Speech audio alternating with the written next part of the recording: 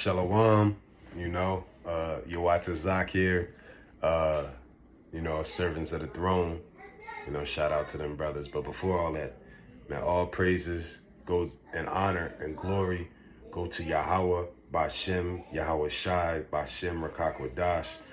Double honors to the elders at Great Millstone who taught me this truth, the elders of Israel, double honors to the Akim and Akwath out there pushing the word, pushing this truth with diligence and sincerity.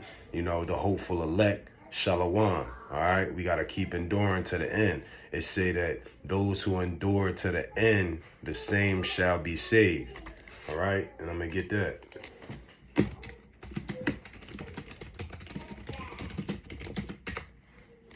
All right.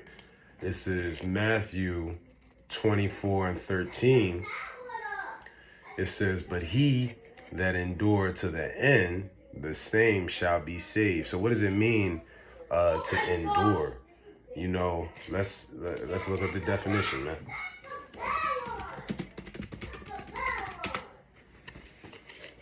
To endure means to suffer patiently. All right. To remain in existence, to last. Okay. Going to the origin,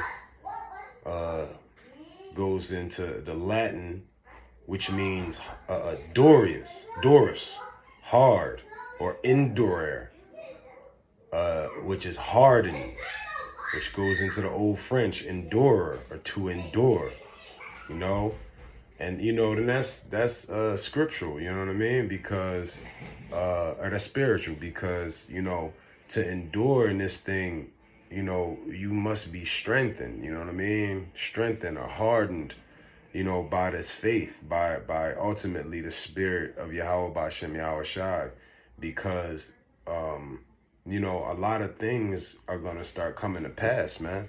We seeing the days literally right now. It's March 23rd, and the entire world is on lockdown right now. I mean, shout out servants of the throne of brothers I be camping with out in Philadelphia. And, just this morning, the mayor gave us gave the Philadelphia area a issue to stay home. I'm driving this morning. That's all you see is signs. Stay home, go home, practice social distancing. You know what I mean? And, this is Esau and all the things that he lying about, trying to deceive us and pushing things behind closed doors. You know what I mean? And really being the devil that he is. In the meantime, he got Jake out here scared, and just the regular peon is scared to death because they don't really know what's going on. But the men of the Lord, we know what's going on because, a lot of us come from like a conspiracy theorist type of background before we honestly knew the truth. And then the greatest thing is once you find out the truth of the living God of Israel, who you are, you realize that a lot of those conspiracies and conspiracy theories are very true. You know what I mean? And a lot of that is being proven and made manifest in these times. So if you take a look, you'll always hear GMS brothers and brothers who sincere and in the truth. They'll tell you, martial law is going to come into effect. Well, the President Trump has now authorized the National Guard to have a presence in these major cities. Okay.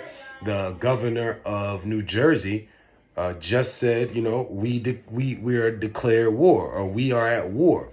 And the verbiage in what he was talking about was we're at war with the virus, the so-called coronavirus, which is nothing more than a common cold, maybe even a flu, but still nothing new.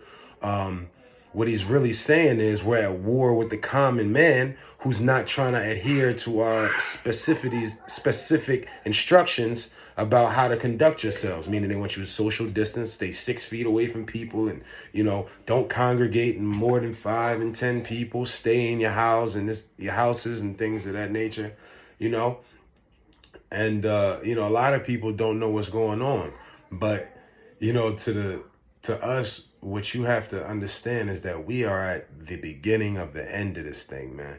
you know. And one of the biggest prophecies that's being fulfilled right at this moment, and this is probably going to be a video series because there's so much to cover, but I'm going to go into the famine of the word. Not even really too much to go into, but I'm going to read this. It says, this is Amos 8. I will start at 10. Right? It says, I will turn your feasts into mourning and your songs into lamentation. I will cause everyone to wear sackcloth and every head to be shaved. All right, first off, let me just have a little tidbit there. That right there is could be both literal, but it's also symbolic. Like if these things are literal, like I cause everyone to wear sackcloth and the head to be shaven. In the ancient world, that was a way to show off your humility. You know what I mean? The Lord said, I will cause everyone to wear their sackcloth and their heads to be shaven, meaning he's gonna humble you. You see what I'm saying? And that's what's going on right now. A lot of cats, you know, they was boasting in their jobs. They was boasting in the things that they were going to do. You know, being very prideful in the things that they thought that they were going to accomplish this year, that they was going to accomplish before summertime. You know, everybody want to get a beach body so they can go out and show off their body at the beach or whatever, this, that, and the third. Ain't going to be no beach cookouts and barbecues and shit like that. Everybody wanted to, you know, hone their skills, to hop on the field and show off, you know, whether it was football or basketball. But guess what? Ain't going to be no more basketball and this, that, and the third, Lord willing, because, man, all that shit shut down, you know? So the Lord is humbling you, man. Everybody in the crib, and they kind of getting depressed now because they can't do none of the things that they was doing before. Life ain't going back to the way it was, period. You know, and if you loved your life, that's why you're so depressed right now, because you really love this world. You know, you really love the things in it. But to love this world and to be friends with the world means that you're an enemy of the Most High. Okay? And let's get that real quick.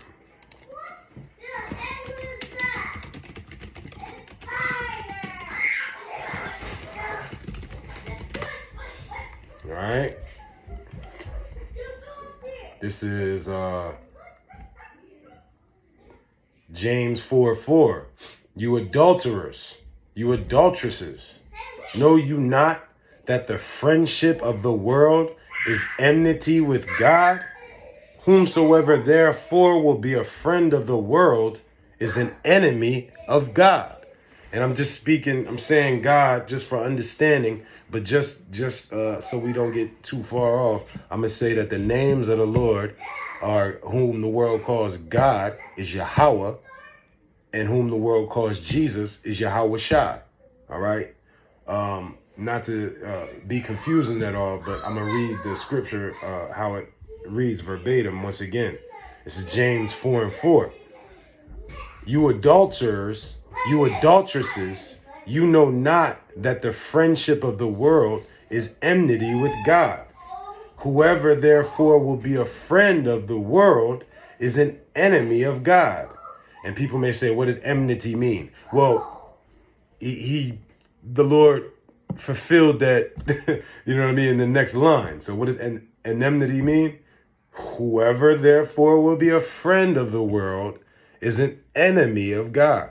So basically, you know, you see what's going on, and, you know, to say that you were in love with the way that your life was going, you know, you loved your job, you love, you couldn't wait to do this and couldn't wait to do that. You know, that's the love of the world, man. You know, you can't be loving this world and the things of it because they are temporary anyway. Okay.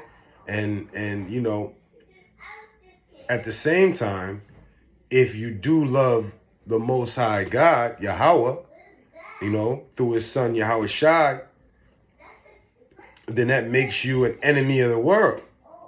Okay? So it's a double-edged sword, man. You know, it's instantly gratifying to be a friend of the world. You know, the world will give you its reward instantly. You'll get it on this side. You know what I mean?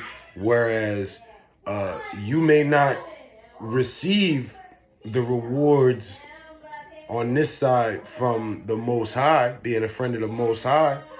But you got to understand that the rewards that we stand to get, though they come in the after, are the greatest rewards that you could ever. It's more than you could even imagine. The greatest thing in the world, times it by 1,000,000, what the Lord has for you is better than that.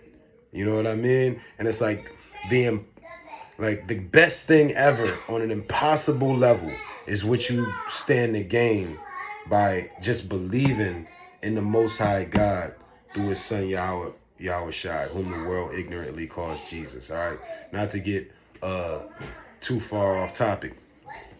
All right. This is John 7:7. The world cannot hate you, but it's me it hateth, because I testify of it that the works thereof are evil. All right.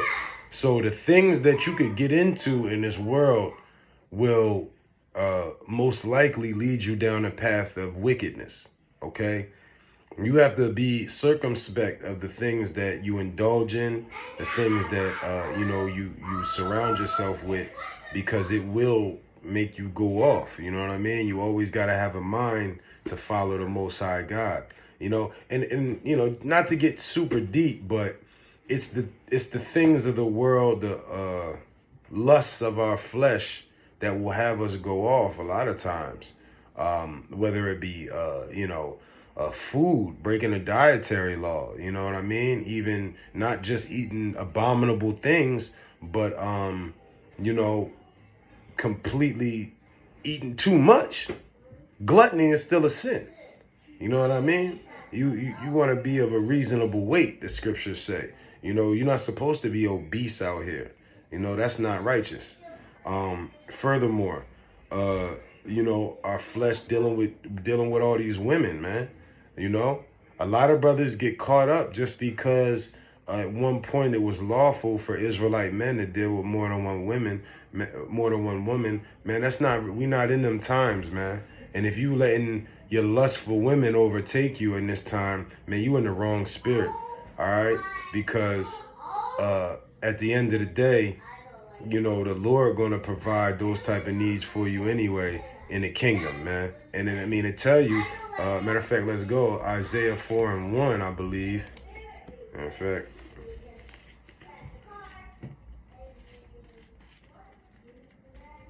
Let me just get it, Salakia.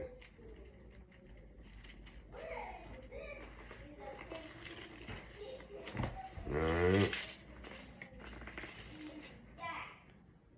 It says, Isaiah 4:1, and in that day 7 women shall take hold of one man, saying, we will eat our own bread and wear our own apparel. Only let us be called by thy name to take away our reproach.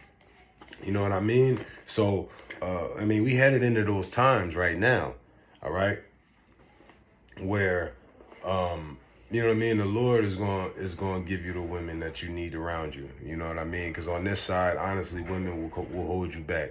You know what I mean? You can't be lusting over, accomplishments or your status in this world. You can't love your job but so much. It don't matter how much you're getting paid. You know what I mean? At the end of the day, your allegiance, your subscriptions, your overall belief system need to be based in this word, you know what I mean? On Yahweh Bashem Yahweh Shai, whom the world calls God and Jesus Christ. All right. And I know I'm deviating, but I'm just the spirit. So I'm gonna go back to Amos. It says, I will make it like a time of mourning for our only son, and its outcome like a bitter day. 11. Behold, the days are coming, declared the Lord, when I will send a famine on the land. If you don't know what a famine is, it basically means there ain't nothing. There's no food. There's nothing to make food. The rains ain't coming, things of that nature. It says I will send a famine on the land, not a famine of bread or of thirst for water, but a famine of hearing the words of the Lord. And with that, you really can't. I mean, hey, we in times now, man. You know, Philadelphia mayor just told us basically we can't come out on the streets no more. So I'm sure the Akim going to keep putting up videos. You know, we're going to keep trusting in the Lord and pushing as much as we can. I'm sure to our families, loved ones, people we can get close to. But we almost out of here, man.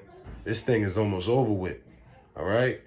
And, you know, with that, I'm going to just say shalom, keep enduring, and, you know, keep pushing, man. Those who endure to the end, the same shall be saved, all right? So, you know what I mean? I'm going to say call y'all, call Allah Yahweh Ba'Shem Yahweh Shai, Barakatha Yahweh, Barakatha Yahweh Shai, Barakatha Yahweh, Barakatha Yahweh Shai. Blessings and salutations to you brothers, man.